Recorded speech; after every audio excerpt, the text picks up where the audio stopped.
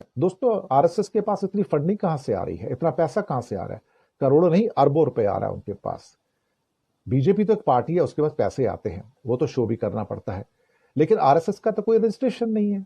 और बीजेपी कहती है, मोदी जी कहते हैं कि ये तो दुनिया का सबसे बड़ा एनजीओ है। तो ऐसा कौन सा एनजीओ है जिसका रजिस्ट्रेशन इंडिया में नहीं है? ऐसा कौन सा एनजीओ है जो अपना इनकम टैक्स की रिटर्न फाइल नहीं करता है? लेकिन आरएसएस तो कोई रिटर्न फाइल नहीं करता, आरएसएस कोई रजिस्ट्रेशन भी नहीं कराता। लेकिन हिंदुस्तान के कोने कोने में इनके आलीशान दफ्तर बने हुए हैं, इमारतें बनी हुई हैं। अभी दिल्ली में एक बड़ी इमारत है इनकी, 100-150 करोड़ की या 300 करोड़ की इमारत बनी है। ये फंडिंग कहां से आई है? इनके पास पैसा कहां से आया? कहां इन्होंने डिक्लेयर किया? कहते हैं कि हम तो किसी से पैसे लेते नहीं, हम तो दान भी नहीं लेते, हम तो सिर्फ एक गुरु दक्षिणा लेते हैं, जब दशहरे का दिन आता है हम उससे काम चलाते हैं। बकवास करते हैं लोग। वाहियात किस्म के लोग हैं, नॉन स्टेट एक्टर्स हैं ये। पूरी तरह से अनकॉन्स्टिट्यूशनल और इलीगल ऑर्गेनाइजेशन है ये, जो कि भारत के नाम पर एक कलंकित धब्बा है। और ये आजादी से पहले भी भारत के नाम पर धब्बा थी, ये आज भी आजादी के बाद भी ये भारत के नाम पर धब्बा है।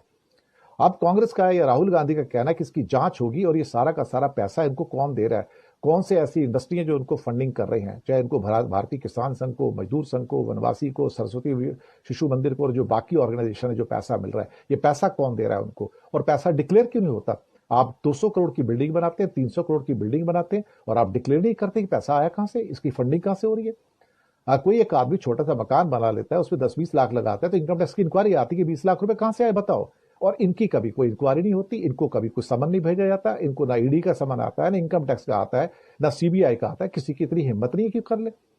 इनको लगता है कि पूरे हिंदुस्तान में हमारे बाप का राज है, हमारा राज है, हम जहां मर्जी जाए, कोई हमको रोक नहीं सकता, टोक नहीं सकता।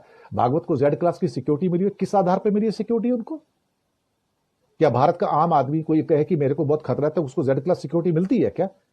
कई सिक्योरिटी हाई लेवल की मिली हुई है, मुकेश अंबानी को मिली हुई है, शाहरुख खान को मिली हुई है, सलमान खान को मिली हुई है, लेकिन उसकी पेमेंट करते हैं, वो पैसे देते हैं उसके। सरकार सिक्योरिटी देती है, सरकार उसके पैसे लेती है। क्या भागवत उसके पैसे देते हैं? नहीं देते हैं। भागवत हिंदुस्तान के ऊपर एक बोझ है, एक धब्बा है। और किस आधार पर उनको जेड क्लास सिक्योरिटी दी गई है, क्या सोच के दी गई है? क्योंकि वो तुम्हारा अपनी सरकार है, तुम्हारा अपना राजा है, तो तुम कुछ भी कर सकते हो। ये सारे पैसे वसूलने चाहिए। ये देश के नाम पर धोखा दिया जा रहा है। RSS is the biggest unconstitutional और इलीगल बॉडी है, जो नॉन स्टेट एक्टर है। और सबसे बड़ा जो ये फंडिंग जो इनको मिलती है, it's a biggest scam and fraud of India. मुझे लगता है कि दूसरी जो भी सरकार आएगी वो उसकी जांच करेगी। इसलिए बीजेपी और आरएसएस में हड़कंप बचा हुआ है कि अब जब जांच होगी तो उनके काले कारनामे सब निकल कर बाहर आएंगे, और तब पता लगेगा कि इनकी फंडिंग कहां से हो रही है और कौन से ऐसे इंडस्ट्रियलिस्ट हैं जो इस चीज की फंडिंग कर रहे हैं। बहुत बहुत शुक्रिया आपका।